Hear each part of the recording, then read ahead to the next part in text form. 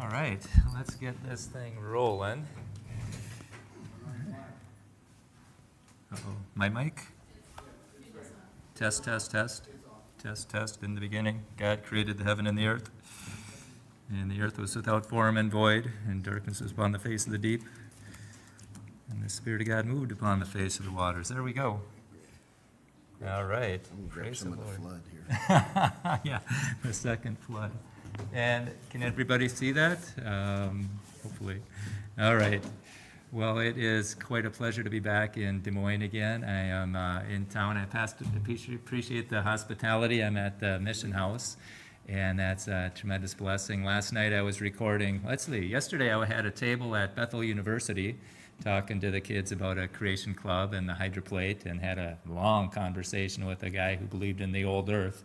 And he was doing a lot of mental gymnastics to try and make it fit in the Bible, and I kept asking him questions, and so we just plant seeds. You know, at the end he finally said, I haven't really studied this enough. And I said, okay, well, you need to see both sides. And so we just plant seeds, and then last night I recorded the Twin Cities Creation Science Association speaker, and instead of driving an hour and a half back to north to St. Cloud, and then coming back through rush hour traffic today, I just headed down here after the talk. And so we rolled in around 3, but it was just so nice to be able to come here. And it's nice to be in a state that doesn't have, in the boys' bathroom, they don't have girls' stuff in there. You guys are thinking clearer down here than up there. And so all those Minnesota, Iowa jokes, I think Iowa wins. Yeah, you guys got a lot clearer thinking. And so, I'm down here. And tomorrow and Friday, I'm going to have a table at Faith Bible Baptist College. I'm going to be trying to start a creation club there and maybe talk or wherever, just trying to plant seeds. And then Friday night and Saturday, I'm going to have a table over at the Reclaim Your Health conference. It's Iowa Informed Choice, or Informed Choice Iowa. I'm going to have that. I had a table next to him at the Iowa Homeschool Convention. And they invited me to have a table, so I'm going to have a table there. And there's a lot of information that is out there. There's some of it on the table, and Pastor said, take a look at it. We need all the information to make informed decisions, And so, we're going to talk about Grand Canyon tonight. And Let me say something here real quick. what's it? Oh, okay. The thing that we have out there about vaccinations, for you to take a look at and read if you want to, this is not an attack on anybody that has taken vaccinations. That's not what this is. It's about what we're finding out after the fact. Right. And the Bible says, know the truth, and the truth shall make you free. Amen. And that's the reason that that's sitting out there. You can look at that and see what's taken place with these vaccinations that they have given us, especially stuff with COVID and stuff, and what that's done to our bodies and the people, and the lies our government has told us. And we just accepted them because we thought they were telling us the truth. And they didn't. So it's not an attack on anybody here. I want to be informed. The more information we have, the better off we are. Right. Yeah, that's right. Yeah, there's a lot of parents that wish they would have had this information, but anyhow. So, and to help you do some Christmas shopping, there's a book back there. It's Willie the Woodsman. It's written and illustrated by my son, and it's a story about a boy and his pet dinosaur. And he relates it to Noah's flood, and it's very clever. It's very plausible. This could have happened, the way he writes it, and it ends up with the gospel.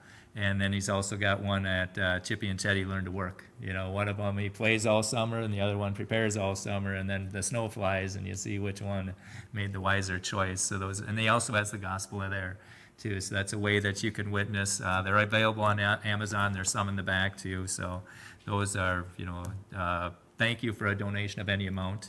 But these, this is what it looks like. That's what it is. But these two videos, the How to Win the Culture War, these are free. Just take one per family. There's 3 talks on here. One of them's at Pensacola State College, 120-some students, and that was an interesting talk. And then this other one is Revival of Truth, and it's behind the vaccine curtain. We need to know what vaccine experts are saying under oath.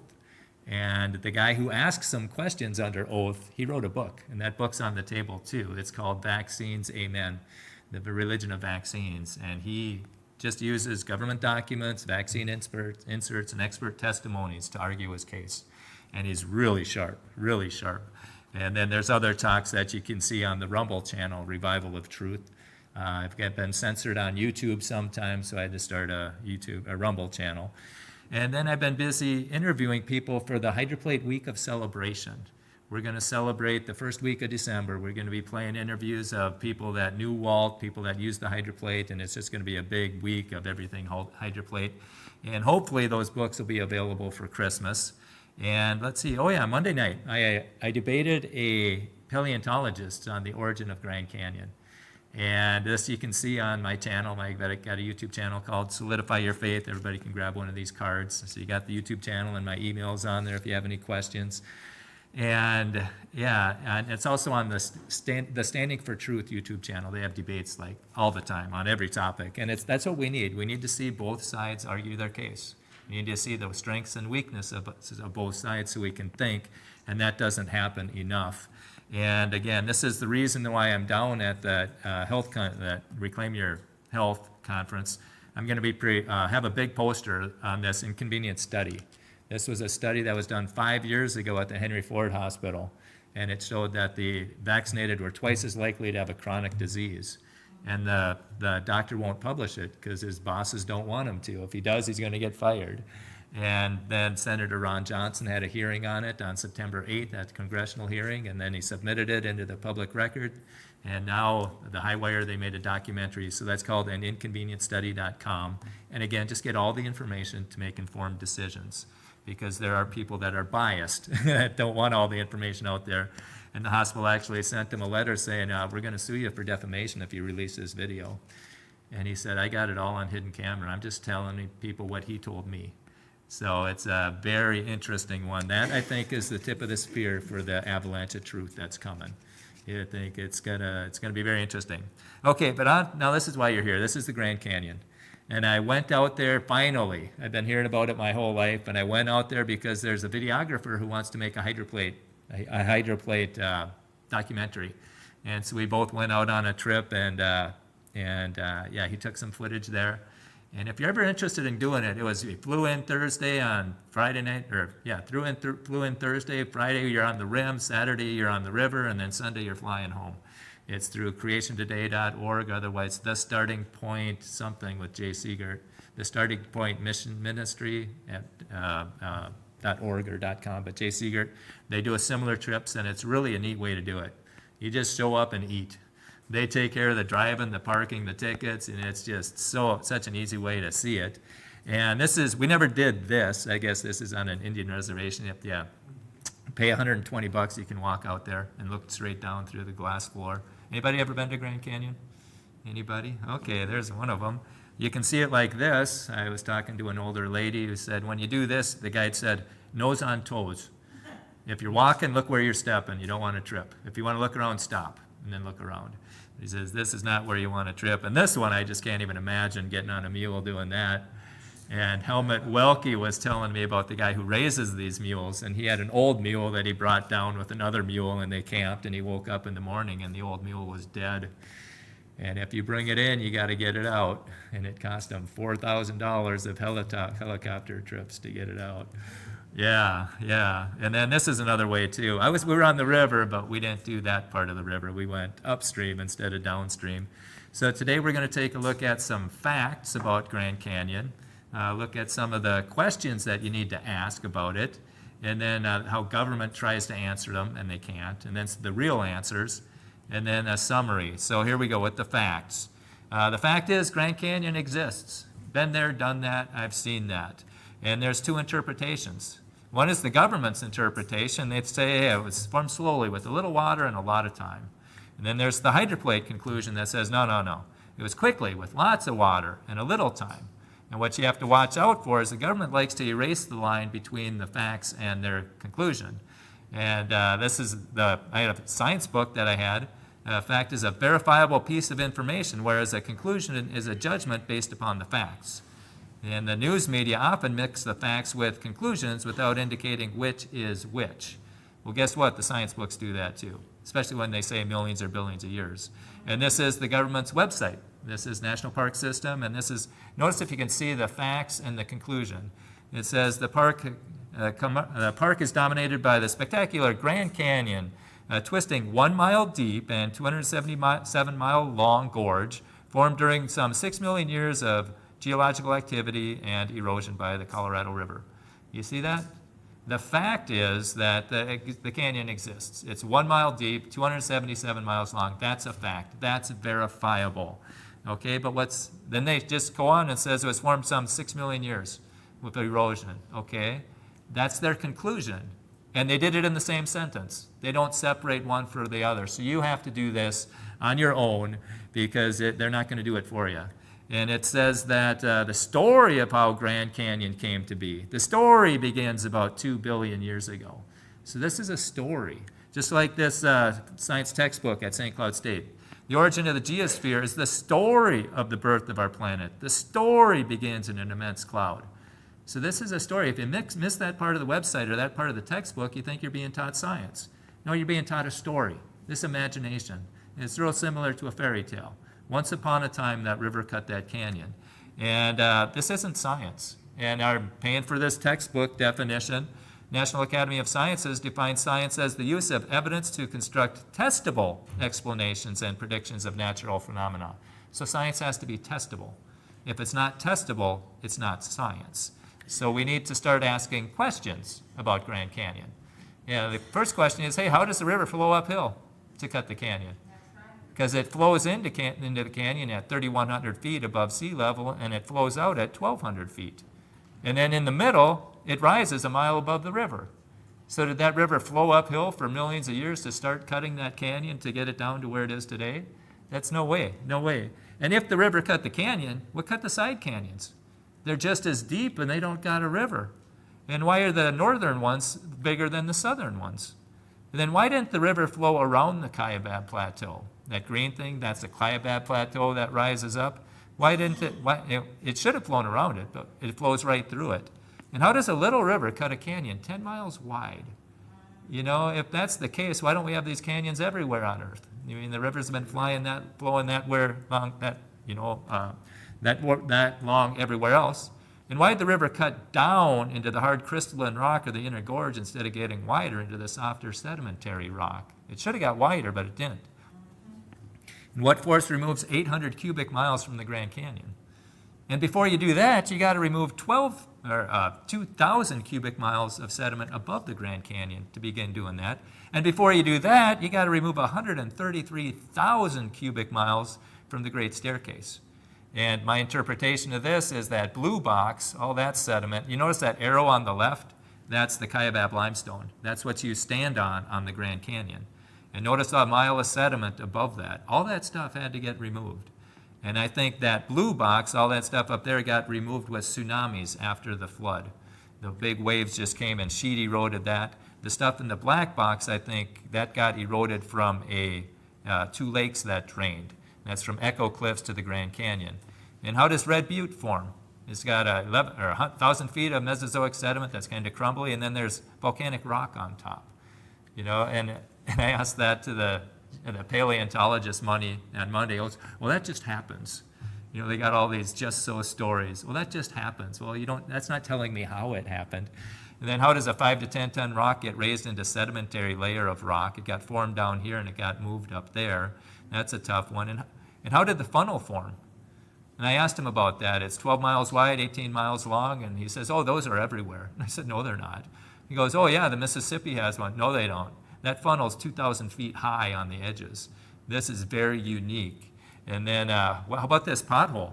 It's formed by rapidly flowing water. Something got in there and kept going round and round. And if you look to the top left, that's the bottom of the canyon, 2,000 feet below. How does that get? And it's 4 miles from the river on a 2,000-foot cliff. How do you cut something like that? And then how do barbed canyons form?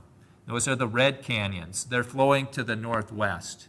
And yet the Colorado River, the blue arrow there, that's flowing to the southwest. The red ones are flowing to the northeast. The Colorado River is flowing to the southwest. How does that happen? And he said, yeah, that happens all the time. It's like, no, it doesn't. No, it doesn't. And why are layers so flat? They're just there like pancakes. And why isn't there any erosion? You know, wouldn't it rain once in a while in millions of years? Wouldn't it get mixed up with gophers and other rodents? And how do slanted layers form under flat layers? And why are 7 of the geologic layers missing? Maybe the ones on top got eroded away, but how about the ones on the bottom? You know, the Silurian and the Ordovician? I think that's what they'll say. And why are those? What happened to them? And missing talus. I took this picture. We were on the river, and our guide, she says, yeah, that's fresh stuff that fell. Talus is stuff that crumbles from a cliff. Okay, and she says that's rather new because the rock inside hasn't weathered much. And then she said there's not any grass or vegetation growing there. She said that one's rather new. And why does that happen? And she said she's heard it, you know, and she can see it in the lake, you know, at Lake Powell or Lake Mead, Glen Canyon, whatever's behind the Glen Canyon Dam. And she says it sounds like explosion, just and then it crumbles in.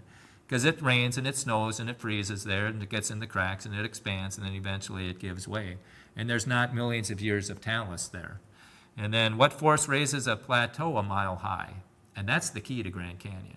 That's why it's there. It's got a big plateau, and that plateau had a lot of water up there. And then where'd all the dirt go? The tour guide, he used to say, he'd say, show the Grand Canyon, and he'd say, yeah, I dug that. And a little kid asks him, well, where'd you put the dirt? And he said that question haunted him the rest of his life. Where did all that dirt go? Okay, so here's how the government has their answers to all these questions, which they don't answer, but this is from their website. It says, scientists know the Colorado River carved Grand Canyon. How do they know that? You know, they can think that, they can believe that. If they know that, okay, I want to see their scientific journals from 6 million years ago. I want to see them recording how much it eroded each year. But they don't. They believe that, but they just state it as a fact. And remember that story that we're learning, that's the plot of the story, the river carved the canyon. You can have all these side stories, but that's the main plot. They aren't going to change that. And it says the Kaibab Plateau, a high point through which the river gingerly slices, poses a problem for geologists. Well, what do you think that is? It's water certainly doesn't flow uphill. Yeah, no kidding. I didn't see that in the placards at the Grand Canyon, no. I didn't see that, not that we were looking at a whole lot of stuff. We were on the move a lot. But while keeping these few accepted chapters in the Colorado River history book in mind, they came up with some hypotheses. So the main chapter is the river carved the canyon. And then it goes on to say, these are the hypotheses, Grand Canyon, this is what they come up with. The Little Colorado River hypotheses. In order for this theory to work, the ancestral Colorado River would have needed to flow eastward over the Continental Divide. So let's take a look at this. And this is kind of a neat website. The next one is, but this is Grand Canyon in the black box, and there's the Continental Divide in the red, flowing right there through New Mexico. And this is the website I like. It's en-us.topographic-map.com. You can go in there and you can click on anything. You can see how high the elevation is of this church or your house or wherever. And I went in there and I clicked on the mouth of the river flowing into Grand Canyon. It's 3,100 feet. And over in New Mexico at the Continental Divide, it's 10,000 feet. There it's 5,700 feet there. So that's 3,000 feet. That's half a mile that river's got to flow uphill. And they told us that water doesn't flow uphill. So you can throw that hypothesis out. And then this one, the northwest flowing river hypothesis. In order for this to work, the Kaibab Plateau couldn't look quite like it does today. And it says, unfortunately, no sedimentary deposits have been found to support this theory. So I'll throw that theory out. It's not really a theory, it's hypotheses. And then the spillover theory. Now they're getting close. They're getting warmer, because that's what I promote, a spillover theory, catastrophic draining of ancient lakes. That's my position. But they have the lake in the wrong spot. It says the Colorado River was temporarily dammed behind the Kaibab Plateau. Okay, so let's take a look at the Kaibab Plateau. That's that dark part in the middle, and the canyon cuts right through it. Flows in at 3,100 feet, flows out at 1,200 feet. And in the middle, where it cuts through, that north rim is 8,000 feet high. Yeah, that's like a mile and a half high. And on the south rim, it's like 7,400 feet. Okay, but if you go farther south than that, it's 6,400 feet. So it should have flowed around the bottom of it easily, or it should have gone around the top of it, because that's only 5,300 feet. Okay, and so if that Kaibab Plateau held back the big lake, it should have flown over the north. That Grand Canyon should be on the north part there, but it's not. Okay, and then they've got another one. This is a collapse of a groundwater karst system, and it's very new and it's still being developed, therefore it doesn't have any evidence. So throw that one out. And so if you want to see all the proposals, you can get the hydroplate theory book, DVD, or PDF, just download it. And you get it at HPT for hydroplate.rsr, that's Real Science Radio, rsr.org. And you go to page 237, and they got all the proposals, and it's red, yellow, and green. Red means no, doesn't work. Yellow means maybe it could work, and green says, yeah, it does work. And you look under the hydroplate one, and it's green all the way down on the left. The features of Grand Canyon are there on the left, and it's green all the way down. And I submitted this theory to the National Park System, and they've yet to put it up on their website. So I guess I'm not holding my breath for that. But if you want to hear more about why the river didn't cut the canyon, you go into rsr.org and search Grand Canyon Month. And they spend a whole month talking about how it doesn't make sense what the government is telling us. And so here are the real answers. And the key to Grand Canyon is bulging and cracking 3 times. But in order to understand that, you really need to have a little basic understanding of the hydroplate theory. Did anybody hear that talk last summer? Anybody? Okay, good. Well, this will be review for you. Just think of the Earth as, it posits that half of the ocean was inside the Earth at one time. So just think of the Earth as a big apple, and the skin of the apple is granite, 30 to 60 miles thick. It's granite. And underneath that is a layer of water, maybe a mile or 2 of water in there. And then underneath that, there's the mantle. And then the moon tugs on the crust of the Earth and makes it hotter. It's expand and contract, contract, makes the water hotter and hotter. And eventually it becomes supercritical, where it starts, it's not really water, it's not really steam, but whatever it does, it dissolves things like crazy. So now it's dissolving the crust above and the mantle below, and the crust is getting weaker and weaker, and it's getting hotter and hotter and more pressure, up to 372,000 psi, pounds per square inch.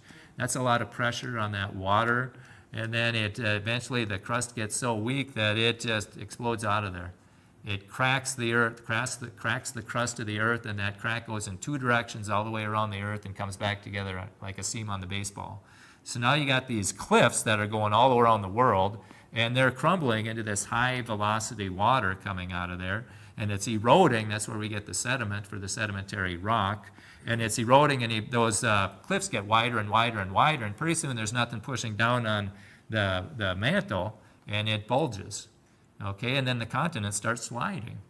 And so now you got North and South America sliding west, and you got Africa and Europe sliding east, and they keep on going until they meet resistance. And then there's a whole bunch of friction and a bunch of heat and a bunch of compression, and that's where you see Gunnison Canyon. Those are 15-foot trees on the other side of that canyon. And so what force would have that much energy to crush that much granite, to compress that much granite? And I would submit to you it's the plates are sliding. One end stops, the other end keeps going, and that's how you get the force to compress all that. And you get the same stuff at the bottom of Grand Canyon. The Vishnu schist has the same compression features. So how do you get that? Well, you got these layers, and they're all sorted out really flat and really pure. And how did that happen? Well, when the water's shooting out, the plates are, the water's shooting up, and then the plate will slam down, and then the water will build up pressure, and then it'll shoot up again. So the plates are vibrating. So that's and there's water, so that's gonna start sorting things. Plus there's waves going across, those tsunamis going across, because there aren't any continents to break up the tides. And then that's gonna sort the stuff on the top, so that's how you get the layers real smooth. And they're on the plates that are sliding, and then the plates run into resistance, and they buckle. So then some of the stuff is angled because it's still on the plate, but some of the stuff just keeps on sliding, and it bevels it off. And that's how you get the flat layers, and that's how you get the slanted layers under the flat layers. And there's a quartzite layer that's slanted, and one of the blocks got lifted up in that mud. There's all that force that lifted it up, and then that's where it came to rest. 5 to 10 tons lifted up, and that's supposed to be millions of years. That doesn't make sense. And so and those are Walt Brown's grandkids there. And this is that Isis temple. It takes like a day or 2 of hiking, so you really need to know what you're doing to go there. And to put some validity to this, you notice that the mountain ranges are pretty parallel to the mid-Atlantic ridge. And I think that's what happened. And the Rockies are bigger, twice as big as the Andes, and I think it's because North America slid over the oceanic ridge. Okay, and so now you got mountains. That's a big mass on a small base. That's going to sink in. If something sinks in, something's got to rise up. And that's the plateaus. It squirts the magma to the side, and it builds up pressure, and then they just pop up one block at a time. And then some of that lava gets to the top occasionally, and it gets to the magma gets to the top, turns into lava, and it's hard, and then when a bunch of water comes through with the great denudation, it hits the hard stuff and goes around, and it washes away the side stuff, and that's how you get Red Butte. 1,000 feet of sediment capped with volcanic rock. And I took a picture of it going on that bus with all those creationists, 50 creationists on the bus, and there it is. It's on the right as you drive up from Phoenix. And then you'll notice that there's something real similar called Cedar Mountain on the edge of Grand Canyon, and you take a picture of that at Desert Views Tower. That's 900 feet of sediment on top of the Kaibab limestone, and I'm standing on the Kaibab limestone as I take that picture. That tells me that all that sediment was, 900 feet of limestone was above where I was, and that's and all that stuff had to get removed before you could cut the Grand Canyon. Grand Canyon's got 800 cubic miles that has to be removed. But before you do that, you got to get all that sediment, 900 to 1,000 feet of sediment, off of that whole area. How is that going to happen? That's 2,000 cubic miles, called the Great Denudation. And before you can do that, you got to get 133 cubic miles with the Grand Staircase. All that had to be removed. And again, I think that blue box got wiped off with tsunamis, and then that stuff underneath with the black box, that's because of two lakes. So what we're looking at here is just the red box from Echo Cliffs, or Vermilion Cliffs to Grand Canyon, not the blue box. And that all happened because there was a lot of water, big lakes. And when you look at the satellite images, you see the lake beds. They're just a little bit different color than everything else around them. And then when you fill that up with water, you get all these national parks. You get arches and canyon lands, and then down in Hopi Lake, you got the petrified forest. And I got some petrified wood from the Hopi Reservation. Okay, and this is rather colorful. It's got reds in it, and it's got yellows in it. And I got this in the petrified forest of Mississippi. And this is brown and tan. And this is colorful. I think this wood petrified under the ground. I think this wood petrified in the lake. He said, Walt Brown says there's a lot of silica in that lake, and when that lake cooled off, it had to go somewhere, precipitated into the wood. I think that's why it's different. And so those are the big lakes, but then there was water in the ground too after Noah's flood. Okay, and so they think there could have been more water in the ground than water in the lakes, and that's a lot of water. And notice Bryce Canyons and Zion Canyons, those are right on the edge of the lake. So all those features have to do with the same event, these big lakes. And Grand Lake was huge. It's twice as big as Lake Michigan, and it's 5,700 feet above sea level. And that's a lot of potential energy. And it's in 4 states. If you were in Farmington, New Mexico, in the middle right there, it'd be 350 feet deep. That's a deep lake. But if you go up to Grand Junction, it's 1,100 feet. And if you go down to Page, Arizona, it's 1,400 feet. That's a lot of water. And then you go down to Hopi Lake, and that's about the size of Lake Erie, or Lake Huron, and that's 250 feet higher. So even more potential energy. And that's what potential energy is. It's this, when it's stored up energy. This is potential. If I let it go, then it becomes kinetic energy. But it's stored up, and you got 3 Great Lakes high up in the air, a lot of potential energy. And the lakes there would be about 1,000, or the cities there would be under about 1,000 feet of water. That's a lot of water. And this Grand Lake is held back by this Vermilion Cliff system. And it's just the shore. It's not a cliff yet. It's just holding back the big lake. And then once it starts to go over that, then there's no stopping it. That's how the funnel's going to form, and that arrow is pointing at the pothole. That's where that pothole was, on a 2,000-foot cliff 4 miles from the river. And then it's 12 miles wide at the mouth of the funnel, and it's 18 miles long. And to put that in perspective, there's Niagara Falls. Niagara Falls is 3/4 of a mile. So this funnel is like, 15 times bigger than Niagara Falls. And just think of all that water that's gushing out, and it's cutting a slot down until it hits the hard Kaibab limestone. And that's why I think this didn't happen right after the flood, because the Kaibab limestone would still be mud. It would have just kept on going. And the sides would have just slumped in. They would have been hard. So it took whatever time it was, maybe 100 years, maybe 200 years, I don't know. But it cuts down and hits the hard Kaibab limestone, and then it spreads out and makes the funnel. And it removes that 1,000 feet of sediment at least, and now there's nothing pushing down on the Kaibab limestone, so then it cracks. It bulges and it cracks. Remember, the key to Grand Canyon is bulging and cracking 3 times. This is the first bulge and crack. So it bulges and cracks, so now the water runs through the crack. That's Marble Canyon. It's different than Grand Canyon. And it goes and it cuts underneath the Hopi Lake. So now you got 2 lakes draining catastrophically. And that Hopi Falls, Walt Brown says, is 13 times higher than Niagara Falls and might have 100 times the water flow. So that's a lot of kinetic energy coming. And it's just sheet eroding everything on top of the Kaibab limestone. And all that stuff, eventually, there's nothing pushing down, so that whole plateau bulges and cracks. And then the water gushes through the cracks to cut out Grand Canyon. But before we get to that, let's look at that Kaibab Plateau. On the right part of it, that stuff's going to be flowing to the east, downhill, right? And yet the crack is going to the west. And so that's how you get the barbed canyons. The stuff it lifted up, the groundwater is flowing to the northeast, but the crack is going to the southwest. That's how you get the barbed canyons. And then it's cutting through the Grand Canyon, and it's cutting below the water table. And so all the water's gushing in from the sides, and that's going to cause the other stuff either to get eroded in, or it's going to undercut a lot of stuff, and that's just going to drop down. And so that's how you get the side canyons. It's the groundwater draining because the crack is lower than the water table.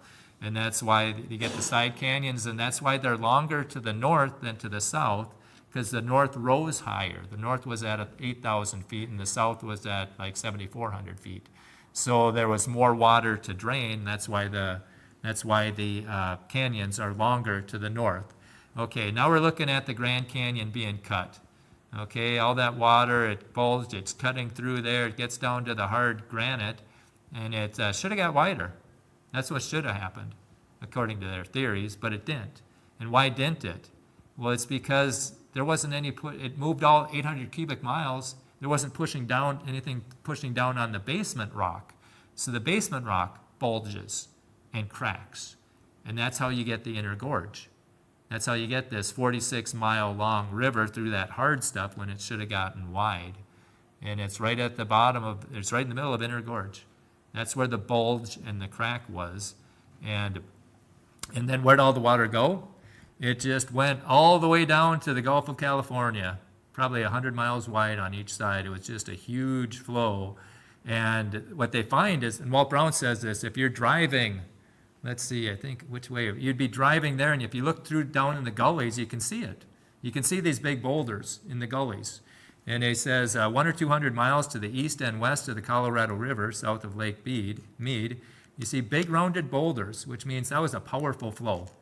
It was strong enough to move boulders, and it was strong enough to break off the edges to round them. And yet they're surrounded by sand. That means it stopped quickly. The sand didn't go away. And then there's large rounded boulders that have been found a mile away, 100 feet above the river at Bullhead City. Where's Bullhead City? It's right there. That's a long way. And that was just sheet eroding. And I interviewed a pilot for that the week of celebration. And he said when you take off from Arizona or take off from San Diego, it's like you're flying over the floodplain for the Grand Canyon. So if you want to hear his perspective of that, that's going to be December 1 to 6. I'm not sure which day we're going to air that one. But okay, to wrap this up, just a review. Bulging and cracking 3 times. That's the key. Okay, remember and it's all because the lakes were up on the Colorado Plateau. That's why the Grand Canyon is there, and that's why it's not at the Mississippi. That wasn't a mile high. Okay, so you had these 2 huge lakes, enough of water for 3 great lakes, and when they finally went, Grand Lake, it finally went over the edge, and it cut into the Vermilion Cliffs, and it went down to the hard Kaibab limestone. It spread out, eroded all that, at least 1,000 feet of sediment. So there's nothing pushing down on the Kaibab limestone, so it bulges and cracks. Water flows through the crack and undercuts Hopi Lake, and now you got two lakes wiping everything off of the Kaibab limestone, and so that whole plateau bulges and cracks, and the water flows through the crack in the plateau and takes out 800 cubic miles, and now there's nothing pushing down on the basement rock, so the basement rock bulges and cracks. So that's bulging and cracking 3 times. And what I'm trying to do is do what Thomas Chamberlain, he recommended over 1,000 years ago, and this guy was pretty sharp. He was president of the University of Wisconsin and the first head of the geology department at the University of Chicago. And he was pretty sharp, and he published a paper, and he warned researchers not to let one hypothesis dominate their thinking. Instead, they should always have or seek multiple working hypotheses, so they can sharpen their analytical skills and develop thoroughness and reduce biases and think independently.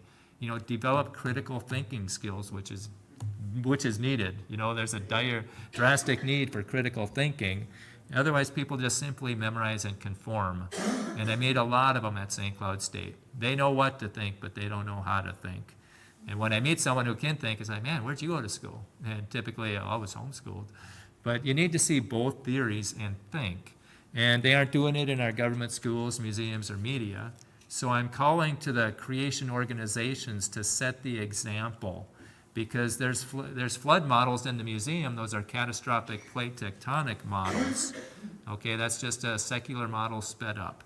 They took plate tectonics and tried to squeeze it into the Bible.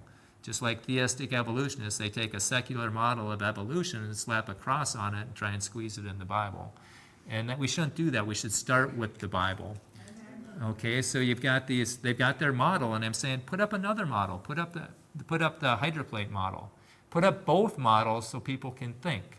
Set an example for the government, schools, and museums. Let people think. And then I want to start the hydroplate protocol. Before you propose your theory, show us how many accurate predictions you have. What accurate predictions have you made? What predictions are you expecting to have confirmed? What are your current predictions? And if you're a Christian organization, what Bible verses support your theory as opposed to other theories? And the hydroplate theory knocks it out of the park. You know, it really does. And and that's what I would like to see. And Walt Brown says, and I'm trying to get a scientific revolution going. You know, widespread belief systems seldom change when frequently reinforced by influential institutions such as universities, media, religious institutions, and the scientific and intellectual elite. Well, that's where we're at. They got their pet theories, and they don't want any competition, and they try to destroy anybody who wants to compete. You know, the creationists have been censored for decades. Okay, and we're just trying to get the catastrophic plate tectonic guys to sit down and talk with the hydroplate guys, and just compare the strengths and weaknesses of each theory.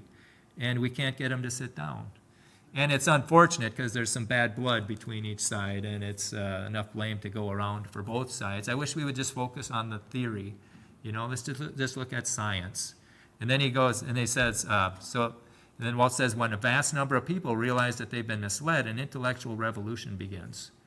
And that's what I'm trying to do. I'm planting seeds wherever I go and saying, we've been misled with this Grand Canyon icon. That is just false as can be, and I want to dismantle all those icons one at a time. And they got the errors in the textbooks. I pointed them out to the curriculum director, and they don't change it. The school superintendent doesn't change it. School board doesn't change it. So I'm just going to the people. And I was going to go to St. Louis. They had a convention, science conference, and all the creation scientists were going to be there. And I was going to try and have a hydroplate table there and talk to them about it. And somebody told me, don't waste your time. Their minds are made up. Go to the homeschoolers. And so that's what I did.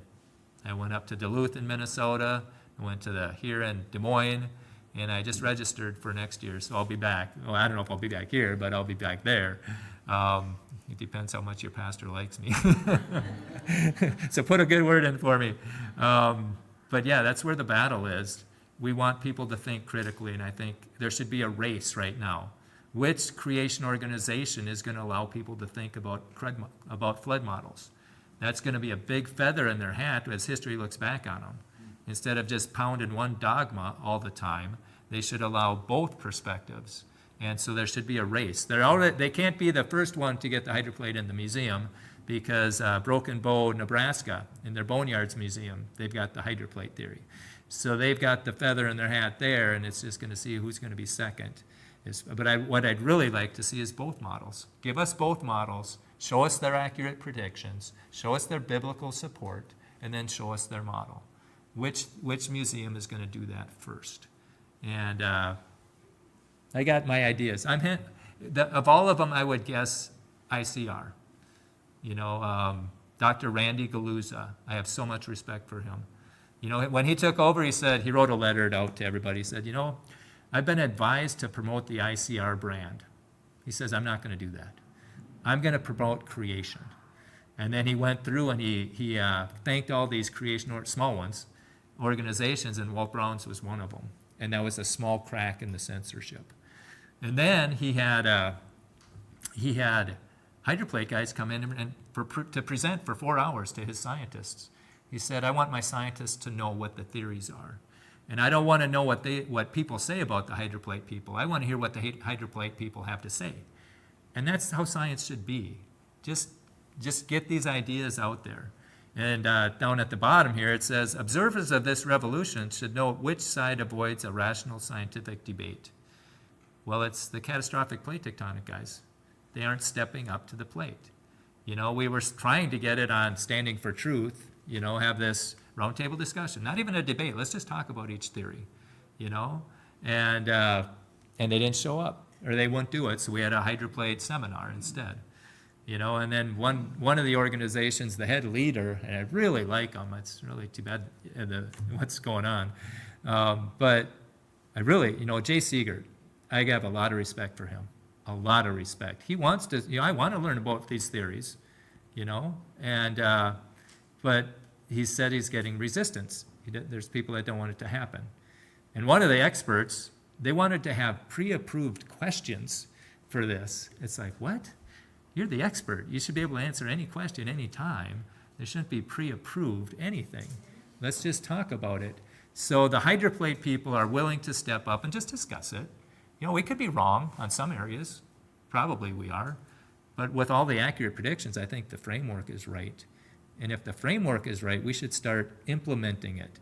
Because if we would have been banging this hydroplate theory this whole time, we'd have so much scientific clout. It's like, yeah, look at these 20 accurate predictions. How many do you got? You know, and so to get science to advance, we need to start shining this on it. Like when you hear a creationist speak, chat, you know, or ask, you know, what do you think about the hydroplate? And I did that, you know, years ago, and the guy said it doesn't work. And I asked him, why not? And he said, because it breaks laws of physics. And I asked him, well, what laws of physics? And he goes, I don't know, but the geologists I know don't go along with the hydroplate. And I was in an email conversation with one of the head geologists that he knows, and the questions he asked, realized he didn't really understand the hydroplate. And so just start asking about, we have to shine light on it. Or ask him, you know, could you have 2 flood models in here? And I did this just the other week. One of the big hitters in the creation movement, he was on a podcast, and there was the chat there. So I just started chatting questions about the hydroplate, you know. And one of the questions is, hey, can we discuss this without getting blackballed? Because I know a creationist who doesn't even want to be seen on camera asking questions about it. I know a videographer who won't make a hydroplate video because then he'll lose all his business with one of the organizations. So my thing is, we need the freedom to think, and then we need the freedom to come out of the closet. That's what my goal is at the campuses. I want the creationists to be able to have the freedom to think. Everybody should go along with that. And then we should be able to come out of the closet and be a creationist and not get fired. And so that's where the battle is. And if you want more information on the Grand Canyon, you go into rsr.org and search Grand Canyon Month, and you hear Bob Enyart and Brian Nickel talking about it. And Brian Nickel, he's got a great videos up there if you want to see it animated. A lot of the slides I show you, those are screenshots from his videos, or slides that he sent me to use. And he's got the origin of Grand Canyon in there, and that's probably the best at explaining what happened. And we're going to be doing the hydroplate theory. We had a hydroplate conference online at a couple of years ago, and if you want to see them, you can go into YouTube and look at the hydroplate theory. And we're also dropping them every night up until the week of celebration at the Hydroplate Week of Celebration YouTube channel. So I encourage people to go in there and subscribe. And then, and this is going to be December 1st to the 6th. And I'm hoping and I'm praying that the 9th edition will be available. They could do it. It could be available on Amazon, so it can be under Christmas trees. You know, a multitude of Christmas trees all around the world, if they just allow Amazon to do it for a limited time. That would be a tremendous boost to getting it into the mainstream. And so basically God's word is true. You know, it's the framework for what we see out there. You know, it tells us what the framework is for biology. Everything produces after their kind, after their kind, after their kind. It's all in Genesis 1, you know, and the seed is in itself. That's biology. And geology is chapters 6, 7, and 8, the flood model. There was a big flood. That's where we get the layers of rock and the fossils. That's evidence for a flood. And you can do an experiment. Those dead deer on the side of the road, are those turning into fossils? No, they get decomposed and they scavenge. They're scavenged and decomposed. The only way a fossil forms is if it's buried rapidly. Therefore, any layer of rock that has fossils in it was laid down rapidly. And that's the whole geologic column. You know, that's supposed to be millions of years, and it can't be because it had to be laid down rapidly. And then it gives us the framework for the stars in astronomy. He made the stars also.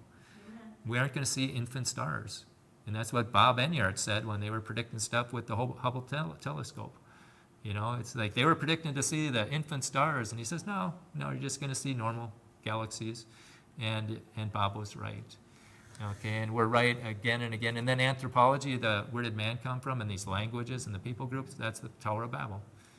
You know, we got separated by our languages because there was big rebellion against God, and there's big rebellion against God today, so there's a judgment.